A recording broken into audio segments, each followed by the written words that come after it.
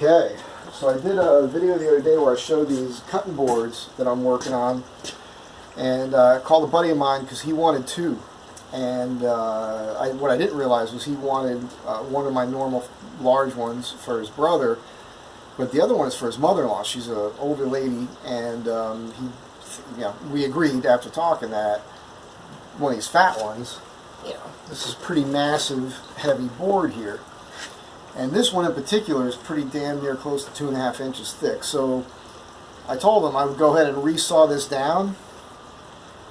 Probably end up like with 1.25 inch board, maybe close to 1 3/8, and then maybe another one that's 1 inch. And I've never done this before.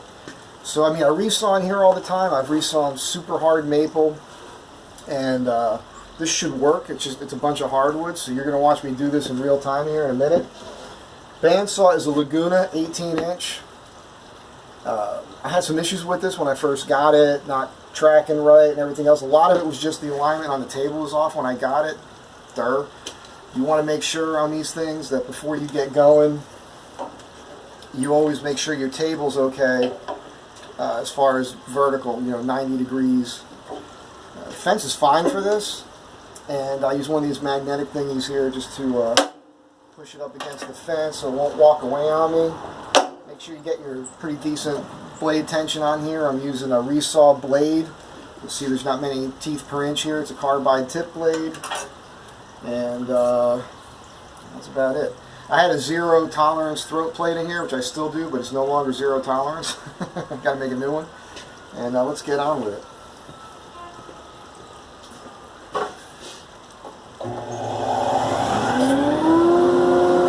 Hope I don't fuck this up.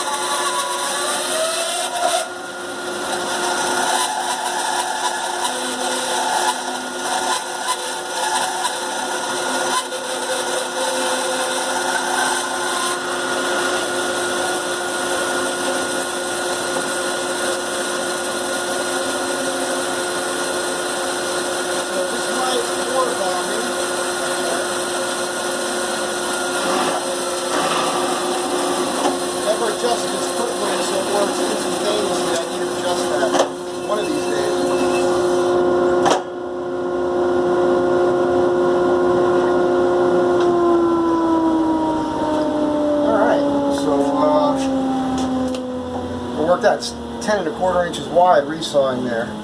So, well, yeah, nice job. No warp on that at all. I'm going to probably face joint it first before I run it through the planer. And right now, this is at a hair over 1 3/8, which is what I wanted. And this one here That's a little over an inch, so it'll be a little under an inch by the time it's done.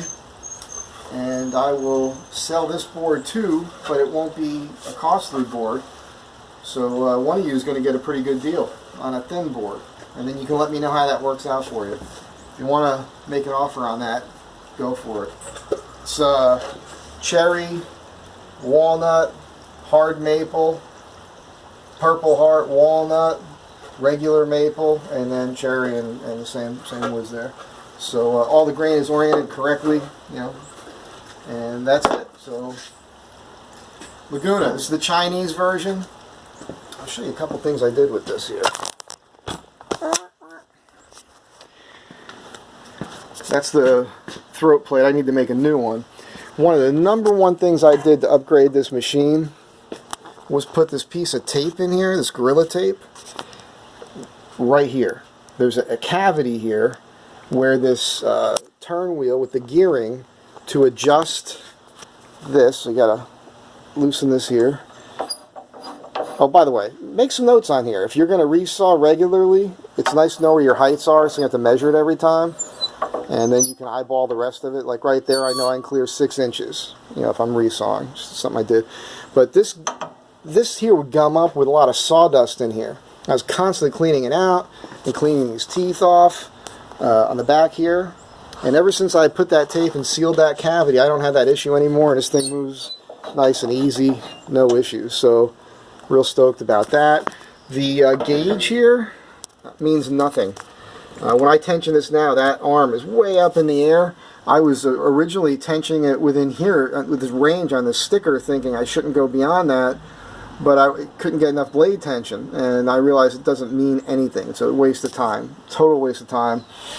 So anyhow, aside from that, and getting the table aligned properly, which took me a while to figure out that was a problem, it's a pretty good machine. Once you dial it in, it's like anything else. The brake on this, you know, I never did fix this because I was using it at first when it was out of whack.